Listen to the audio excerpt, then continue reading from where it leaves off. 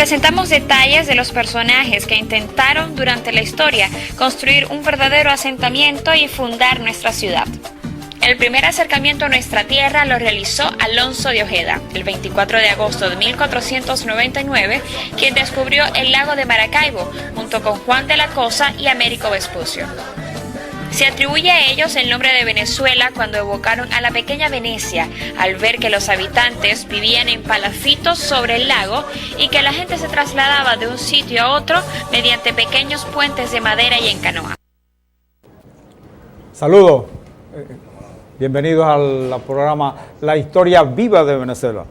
Es un placer saludarlos y en esta continuidad de Genocidio Fundación, las infundaciones de Maracaibo, con un investigador destacadísimo en este campo en los últimos años, para desmontar las falsas categorías históricas que hasta ahora nos han vendido desde preescolar hasta educación superior sobre las fundaciones que no son tales, y lo vamos a demostrar en este segundo programa con el economista, repito, Ildefonso Finol, que es presidente de la Comisión Nacional para los Refugiados adscritos presidente de la Comisión Nacional para los Refugiados adscritos a la Cancillería, y próximamente tienes un viaje este fin de semana para las Naciones Unidas. Formó el Alto Comisionado de las Naciones Unidas para los Refugiados, ACNUR, y hay un comité ejecutivo y se reúne, y Ildefonso es el representante por Venezuela de la Comisión Nacional para los Refugiados, y en una semana de trabajo que van a tener.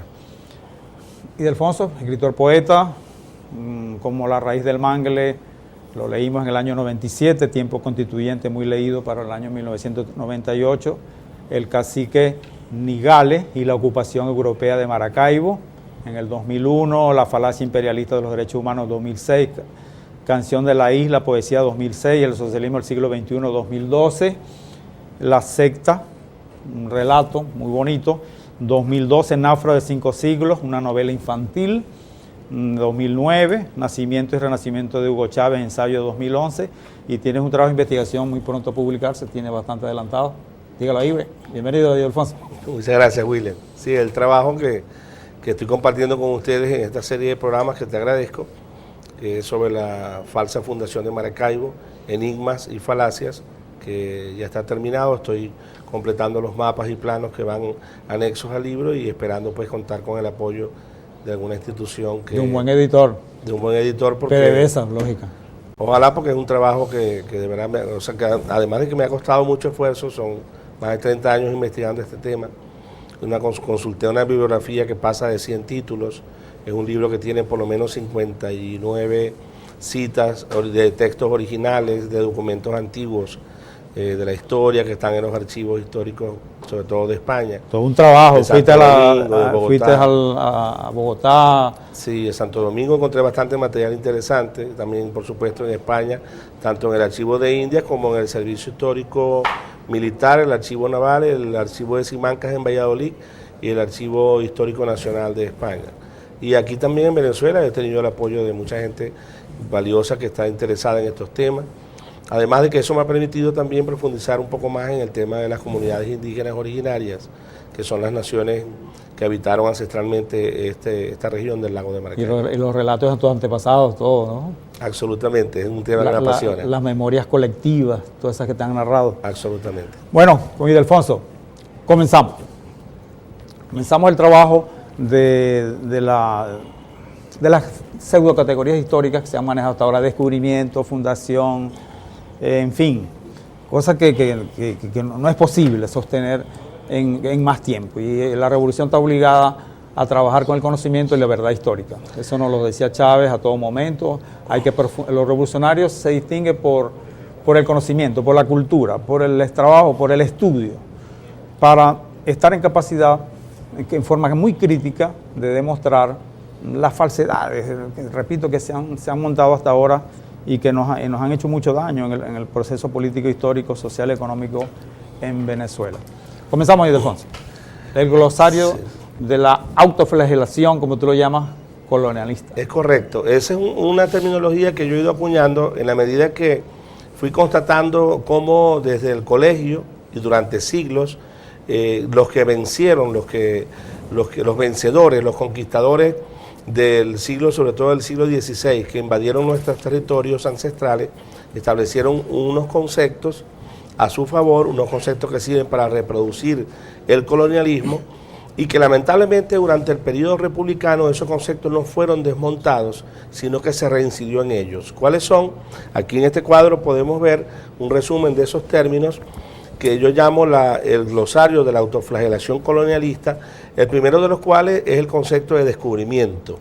Ya el hecho de hablar de un descubrimiento, estamos en presencia del hecho de que el invasor europeo parte de que él es el primero en tener contacto, y fíjense que el reportaje de la chica, de la periodista de Panorama, decía los primeros en tener contacto con nuestro lago, ¿no? Cuando aquí habían poblaciones que tenían miles de años de presencia y que eran los dueños legítimos de esta patria lacustre, Maracaibo. Ese concepto implica además que nosotros no existíamos sino hasta el momento en que ellos nos ven, ¿no? De que ellos nos vieron y entonces nos descubrieron, como si nosotros aquí no teníamos la plena conciencia. De hecho, no solo que en el lago hubo una civilización acuática que todavía sobrevive a pesar de toda la destrucción de que fue víctima durante 5 siglos, que son los añú, ahí están los palafitos, pero es que además en el continente americano hubo civilizaciones que hasta en muchas áreas de la ciencia eran superiores a los invasores, vale decir la cultura maya quiché, las culturas mexicas, las culturas incásicas, que llegaron a tener conocimientos importantísimos en arquitectura, en ingeniería. Todavía están las obras que construyeron, ¿no? Que erróneamente se llaman, y ahí está el término, precolombinas o prehispánicas. ¿Y cómo se llaman las pirámides mayas, quiché o incas que todavía están ahí paradas? Postcolombinas, prehispánicas. Simplemente es el arte, es la creación de los pueblos originarios de América, y por eso nosotros que hemos desmontado el concepto de descubrimiento y ahora estamos desmontando el concepto de fundación. Ya regresamos con Ildefonso Vinola en tu programa La Historia Viva de Venezuela.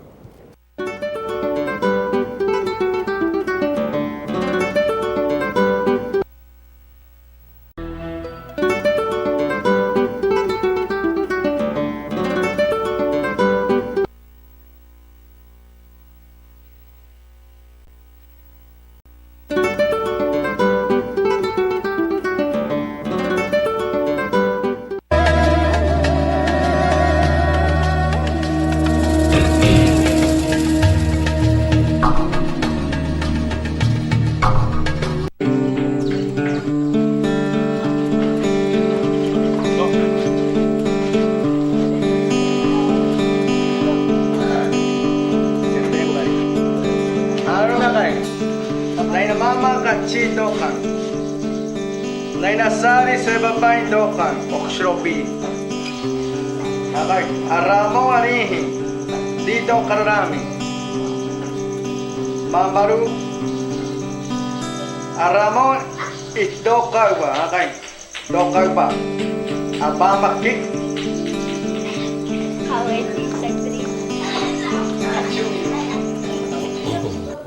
Ildefonso.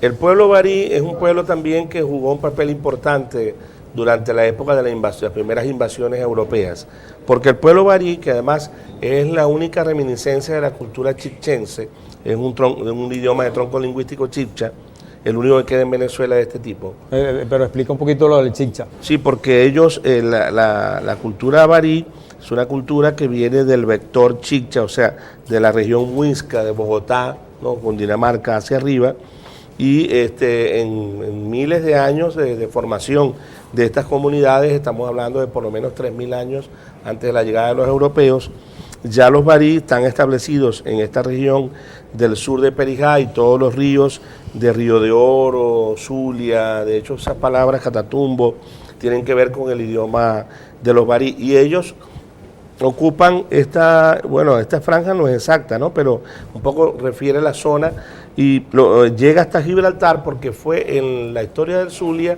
hay un pasaje del ataque de los indígenas del sur del lago a la primera Gibraltar que establecieron los españoles, la primera vez que lo invadieron el sur del lago, y era un puerto importante que llegó a tener tanto comercio como tenía el puerto ya español en Maracaibo, puerto que ahí sacaban pues todas las riquezas de la zona andina, igual recibían también de España y de Santo Domingo hasta de Cartagena envíos.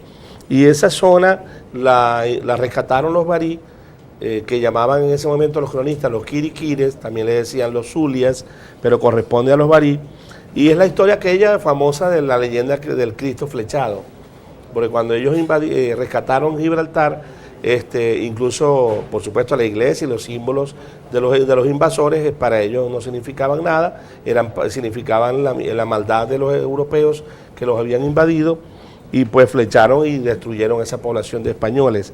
De manera que es importante ubicar a este pueblo, que es un pueblo con una gran autoestima, que es un pueblo con una gran autarquía, que tiene una vida muy disciplinada hacia adentro, que es una sociedad muy democrática. Incluso los ¿Y la diferencia de los barí y añú? Hay bastante diferencia, porque el añú en el caso del pueblo añú y su idioma, el añún cunú, es de origen arahuaco, ¿no? Que no tiene relación directa con el chicha, es un idioma diferente totalmente. ¿También un corte ahí en el arahuaco? Bueno, en el arahuaco, el caso de la mayor parte de los pueblos que ocupaban la costa de lo que hoy es Venezuela, ¿no?, eran de origen arahuaco, igual que hacia donde dice aquí taínos, en la zona caribeña, República Dominicana, Puerto Rico, Cuba, los taínos también eran primos hermanos de nosotros. De hecho, hay teorías que dicen que quienes poblaron esas islas 3.000 años antes de llegar los europeos fueron pueblos arahuacos de aquí del Golfo de Venezuela y Lago de Maracaibo, que fueron allá huyendo de las guerras caribe-amazónicas, cuando entraron las grandes oleadas caribes desde la zona de la Amazonía brasileña y del Tupi guaraní. Y el añú es primo hermano del guayú, que es un idioma también arahuaco, y el caquetío. Por eso te mencionaba que hay toponímicos que nos permiten hacer esta comparación, porque, por ejemplo, Paraute, que es Lagunillas, un pueblo clásico añú, o Paraedes, que era uno de los pueblos que estaba cerca de la desembocadura hacia donde está el Moján, ¿no? Entonces, esa raíz para, ese prefijo, lo comparamos, por ejemplo, con Paraguachón, Paraguaipoa en el guayú, o Paraguaná en el caquetío. Esa raíz para, que es el mar, los unifica en un tronco lingüístico similar. Y hay muchos toponímicos, vos encontráis, Manaure era el cacique de los caquetillos y encontrás un pueblo en La Guajira llamado Manaure. Y así vas a conseguir muchas correlaciones. Por ejemplo, Win es la palabra agua, se refiere al agua dulce, la de tomar. Igual le dicen los guayú, igual le dicen los añú, igual le decían y en los idiomas, en el idioma hay muchas similitudes, como si dijéramos los italianos o los portugueses y los españoles, son idiomas que se parecen mucho, tienen tronco lingüístico latino. Bueno, lo mismo pasaba aquí, además que eran pueblos. Y ya saliéndonos un poquito en Trujillo, los cuicas, los caribes. En Trujillo los cuicas es una cultura más andina, que está incluso más vinculada con el macrochichense del que vienen los barí, ¿no? Es igual que los de las zonas de Mérida, que recibían los timotes, los timotíes. Sí, los que estaban dentro de esa zona, porque no podemos confiar. A la puerta, el Valle Río Monboy. Toda esa zona, sí. Bueno, esa zona es cuica. Páramo. Esa zona es cuica, igual que incluso el Piedemonte, que va a dar hasta Portuguesa, de Biscocuy, esa zona, toda esa zona Marina, es cuica. toda esa parte. Como la zona de aquí, del morada que vemos aquí de los Girajaras, era del sur de la sierra de Falcón, de Coro, perdón, hacia abajo, incluso llegando hasta Yaracuy y parte de Lara. Los Girajaras. Eran los Girajaras, que también una cultura interesante. De ellos quedan algunas reminiscencias, entre otras, en la zona de Mapararí y Churuguara, la expresión de las turas, que casi desaparecido. El baile de las turas que hacen el 23 de septiembre, lo que llaman las culturas ayamanes, que son de fondo girajara. Es un espectáculo, por cierto, muy bonito, el que hacen el 23 de septiembre. Los ayamanes ahí en Mapararí, en Churuguara, que es el baile de las turas, que son unos carrizos, como unas quenas, unas flautas, y también tienen una que hacen con cacho de venado, que tiene un sonido muy particular y es una danza clásica indígena muy hermosa. Tiene que ver con la fertilidad de la tierra. En la terminología. Siguiendo con la terminología, civilización. Civilización es uno de esos términos que los vencedores ¿Tú tienes por ahí algo en las láminas? Civilización es otro de los términos donde ellos establecen que lo que tenían los pueblos indígenas no eran culturas, no eran civilizaciones, porque los consideraban salvajes, incluso ni siquiera seres humanos. Hay documentos que demuestran cómo los invasores y algunos frailes incluso cayeron en eso, llamaban a los indígenas bestias, salvajes, animales, decían que no tenían alma. Hubo aquel famoso debate entre Sepúlveda y Fray Bartolomé de las Casas, ¿no? Y los tratados de Francisco de Vitoria, cuando se empezó la lucha por los derechos de los indígenas, diciéndole a los conquistadores que si eran seres humanos, que merecían un trato con dignidad, pero eso, incluso habiendo aprobado las leyes nuevas a partir de 1545, los reyes de España, y ni siquiera eso lo respetaron los invasores, porque ellos se llevaban por delante a todo el mundo. No, hay unas cosas horribles escritas por ellos mismos. Los abríamos, sí, le abríamos el pecho y no tenían alma. Sí, unas basofias que cometieron. Unas cosas horribles. Ya regresamos con Ildefonso Final. Unas ofensas.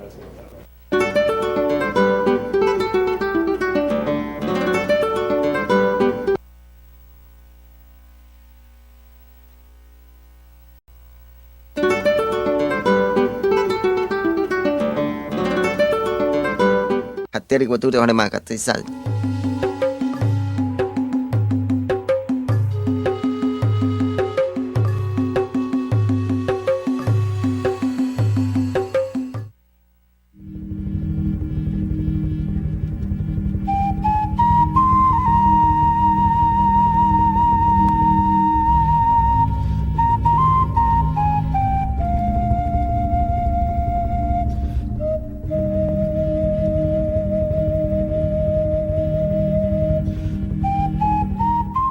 Nyeru kaya nyu hutumai karei kai. Hatamai kuyo karei pia wapia hanamai. Hutu ichonkai. Hutumai hut pia. Hutumai payawi pia. Hoka pai pia. Hoto rumi hoiso pia ariu.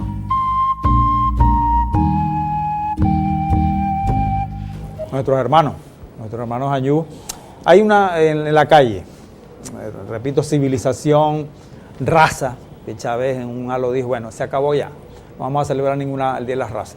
A partir de ahí no podemos celebrar nada del Día de las Razas.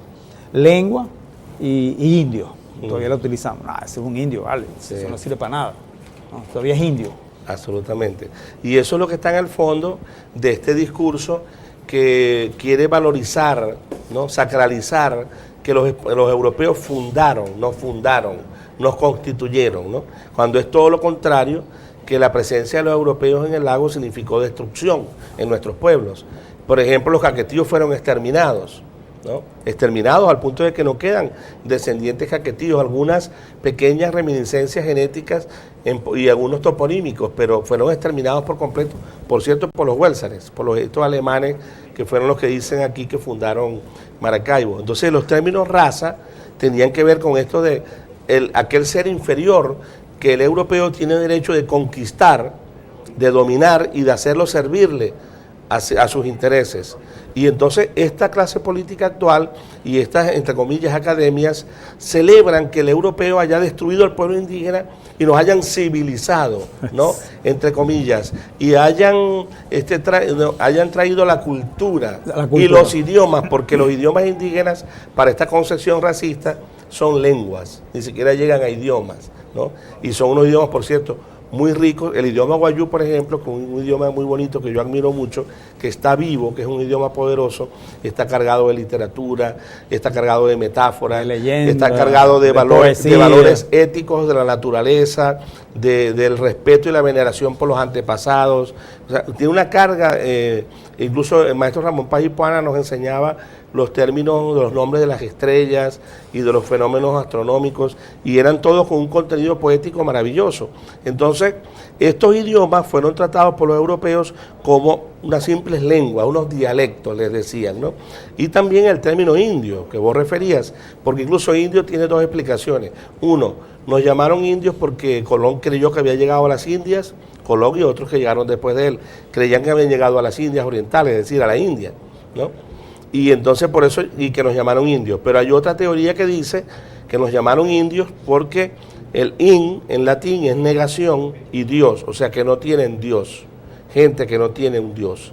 y por eso nos Sin llamaron Dios. indios, sin Dios, correcto. Sin Dios, y de ahí derivó. Y de ahí viene el hecho de que ellos decían, bueno, estos son salvajes, o se catequizan por la buena, el famoso requerimiento. Son sin Dios, son que indios. el invasor llega y les dice, bueno, tienen que aceptar a nuestro Dios y a nuestro rey, si no les haremos la guerra, imagínate. Entonces, y además que no le entendían lo que le estaban diciendo, y era obvio que les hacían la guerra, y por eso lo que vimos y los esclavizaron, que en el caso de los añús del lago de Maracaibo, esta falsa fundación que celebran algunos políticos y gobernantes aquí, significó pueblos destruidos como Parepi, Cumari, Paraedes, destruidos por los invasores y toda su población raptada y vendidos como esclavos en el Caribe. Incluso el primer acto de esclavitud en tierra continental de América se hizo aquí, en la orilla del lago de Maracaibo, cuando Luis González de Leiva, uno de los esbirros de Ambrosio Alfinger, esclavizó eternamente por un decreto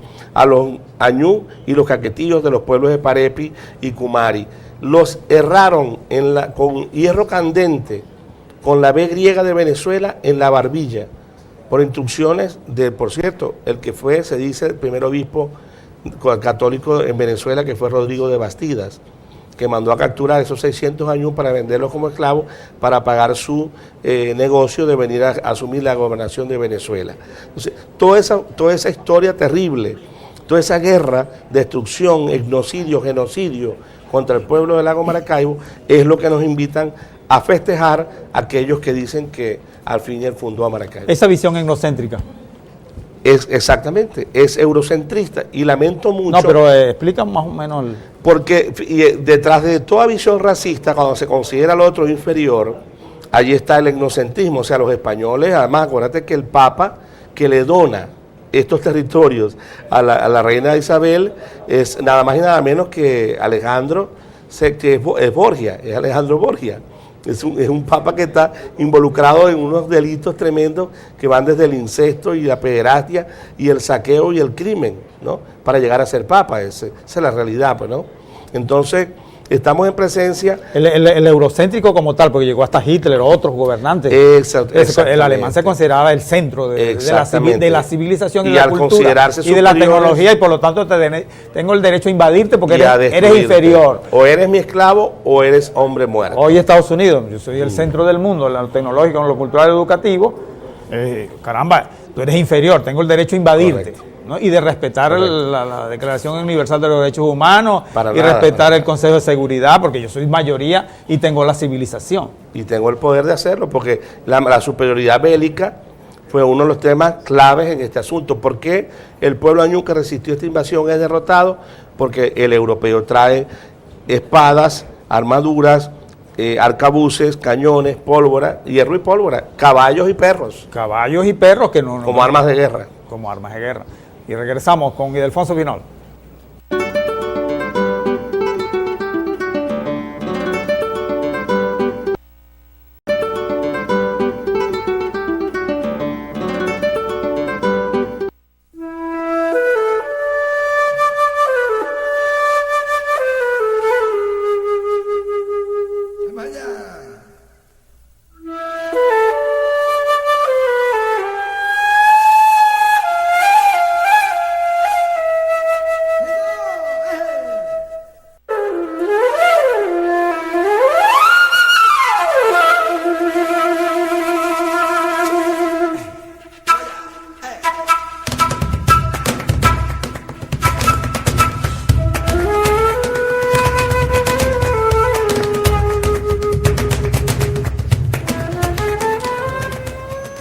La Academia de la Historia del Zulia y la de Venezuela no se pronuncian, y cuando las pocas veces que se pronuncian es en función de eso, de ratificar la fecha, las benditas fundaciones, pero ellos tienen un antecedente, el Centro de Historia, 1965.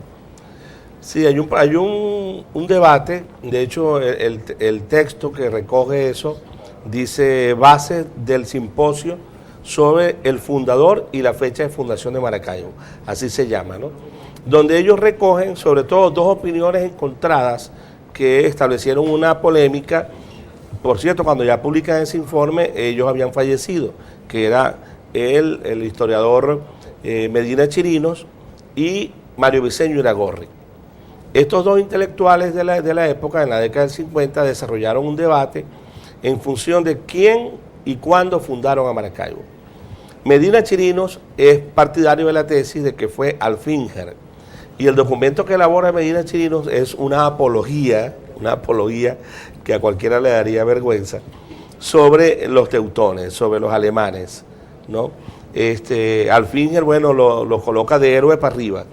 Entonces, aquello da de verdad... La raza superior, los alemanes. Sí, hay todo eso allí, ¿no? Le pone virtudes que por ningún lado aparecen en la historia, sino todo lo contrario. Grandes caballeros que llegan armados sí, lo llaman, bueno, virtuoso, héroe, de todo, altruista, porque vino a civilizarnos. Y el doctor Mario Briceño Iragorri sostiene la tesis en contra de Medina Chirinos de que quien fundó Maracaibo fue Alonso Pacheco, que además él lo exalta también como su paisano. Entonces, el progermanismo su paisano de Trujillo de Medina Chirinos se convierte en un prohispanismo en la pluma de Mario Briceño Iragorri, que sostiene que entonces fue Pacheco quien fundó a Maracaibo. Por cierto, que hay que decir en honor a la verdad que el presidente del Centro de Historia para el momento es el doctor Fernando Guerrero Mateus, que era para entonces el cronista de la ciudad. Y él fue muy ponderado en su opinión final. Tiene un buen libro sobre Maracaibo. Él reconoció el debate que había entre estas dos grandes figuras y otros aportes, pero él fue comedido en cuanto a no pronunciarse de manera irresponsable. De hecho, así lo dice en la carta que él le responde a Pedro Barbosa de la Torre, como presidente de la Sociedad de Amigos de Maracaibo, que fue quien le pidió una opinión oficial de cuál era esa fecha y ese fundador de Maracaibo. Claro, todos ellos compartían un elemento que... Fernando Guerrero Mateo, investigador, y por eso era cuidadoso. Sí, exactamente. Yo creo que yo respeto mucho a todas estas personas, más que... Mario Briceño Iragorri, debemos decir, el trabajo interesante, el mensaje sin destino, el Regente Heredia, entre otras obras. Pero ellos... Muere comenzando la democracia. Claro, pero nosotros, o sea, yo en mi caso... tengo que decirlo con mucho respeto, pero no comparto por supuesto el enfoque eurocentrista que ellos tenían, incluso ese apego casi fanático al hecho de que alguien nos fundó, ¿no? De que hubo una fundación, y la tesis que nosotros sostenemos de una perspectiva revolucionaria de la historia es que no hubo fundación, sino que fue una invasión militar sostenida de un imperio dominante para la época, que en el caso del Zulia duró desde el 24 de agosto de 1499 con la llegada de Alonso de Ojeda, por lo menos hasta el 23 de junio de 1607, o sea, 108 años, que fue la fecha en que Juan Pacheco Maldonado, con su ejército, que vinieron desde Trujillo, capturó al cacique Nigales y destruyó a su guerrilla, de manera de ya haber derrotado militarmente la resistencia del pueblo indígena Ñu en el lago de Maracaibo. Esos 108 años... Y prácticamente allí se establece el cabildo. Los españoles no se habían podido... ¿El cabildo se establece? A partir de allí es que incluso las cartas del rey, las cartas del gobernador Diego de Mazariegos de la época, los felicitan a Pacheco Maldonado porque por primera vez los españoles se iban a poder establecer de manera permanente en el lago de Maracaibo. Por eso no hubo ninguna fundación, ni en 1499, ni en 1529, ni en 1559, ni siquiera en 1574.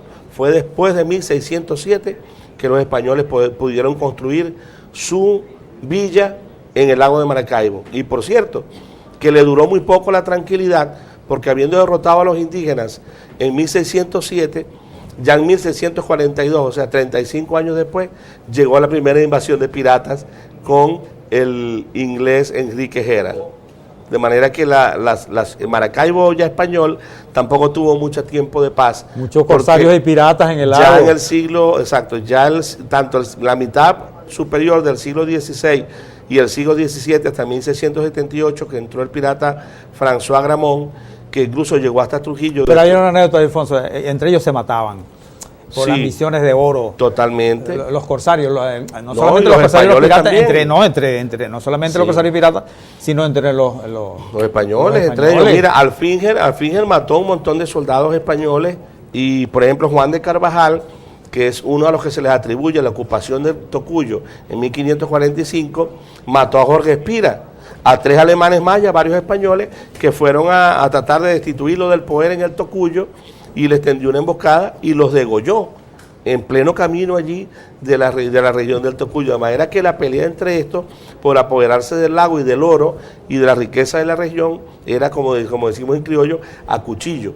Y un dato abominable, y eso está recogido en las crónicas de la época, de Fray Pedro Simón, Fray Pedro Aguado, Las Casas, todos ellos lo escribieron, que los primeros antropófagos, caníbales, que hubo en la región del lago de Maracaibo fueron españoles. Así es. Fueron unos españoles que mataron a unos indígenas para comérselos porque tenían mucho tiempo sin comer ¿Cuándo carne. sale tu libro, Ildefonso? Ya va a depender del apoyo de alguna institución editora para poder publicarlo, pero ya está terminado. ¿Tu mensaje? Seguir insistiendo en que solo la verdad histórica hace libre a los pueblos.